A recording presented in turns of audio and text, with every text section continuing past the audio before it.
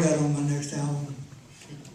And when I get my studio finished, I really want you guys to come down because it's going to be state of the art. And Jason, he's coming down. We're going to do some stuff together. Already booked a week, yeah. We're going to write some stuff together and do an album. Norbert Putman wants me to do acoustic album, CD. So I'm going to do that.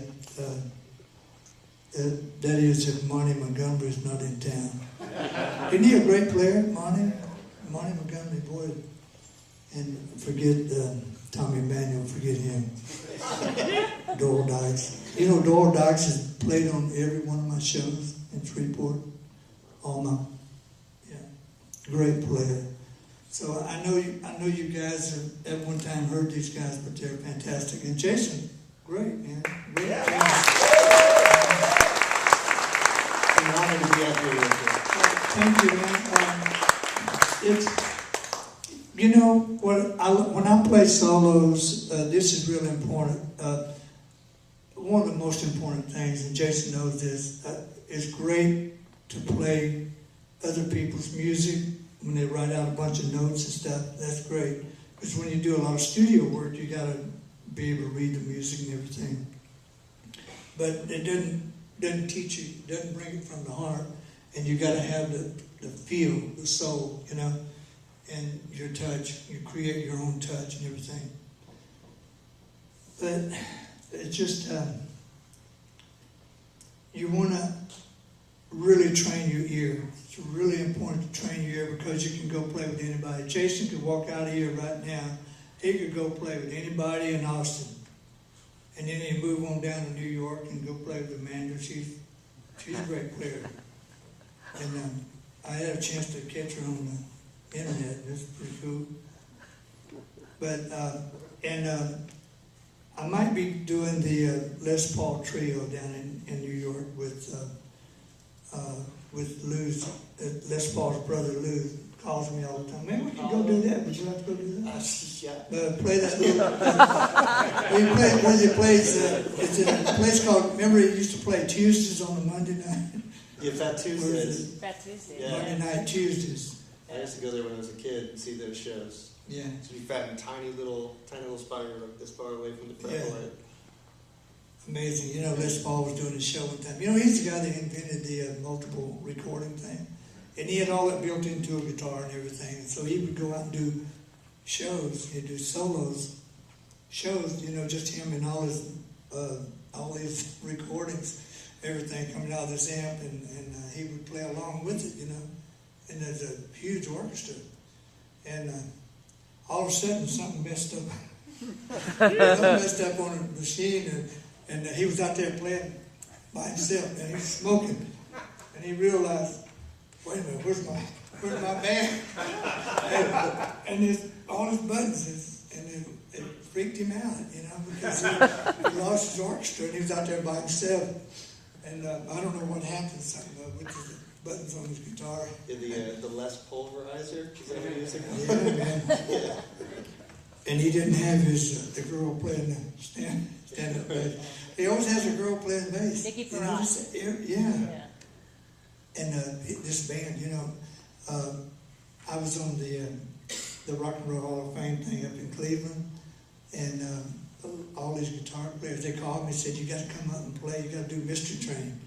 I said, oh, okay. So I went up, and it was really interesting, and Les, bless his heart, he played so good, man. It's a quartet out there. And we had guys like Slash, we had Richie Sambor, Jennifer Batten. She smokes. Anyway, she did all this Les Paul stuff, a hammer on stuff, and really fast. And the Ventures were there. Lonnie Mack came out for her. And Lonnie kept saying, I want to come down and play with you. I want to come down and do your show. 2 years later, hey, Lonnie, what's happening? Give me a call. I mean, the guy just, can't get him out. He's a good player, man. He played the Gibson, the V.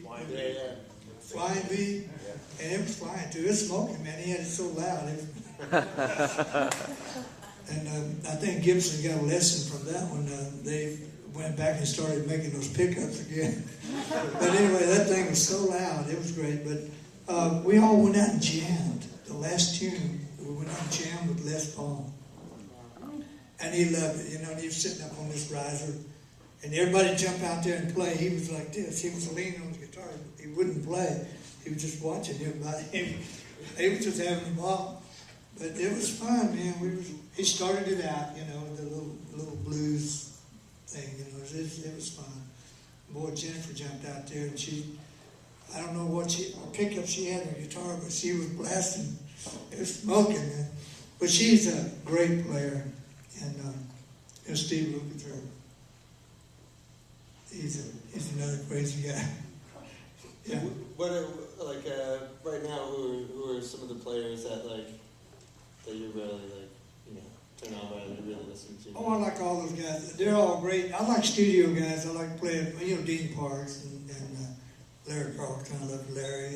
As a matter of fact, in L.A., when Larry came in to do his first recording session, it was at A&M, and a guy named the producer, Rick Gerard, A&M, and it was great.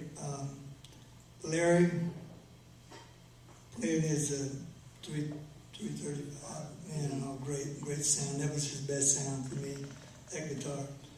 And Hal playing on drums and Joe Osborne on bass. I played guitar. And guess who played piano? And by the way, it was a Jack Jones record. And Michael McDonald on keyboard. And so anyway, it was great. We had a lot of fun playing it. And Rick came and said, Larry, play the solo on this next song we're doing. I want you to play the solo. So he did, man. It was real sweet. He's got this really great touch, the vibrato thing. When he bends a string, it's like so sweet.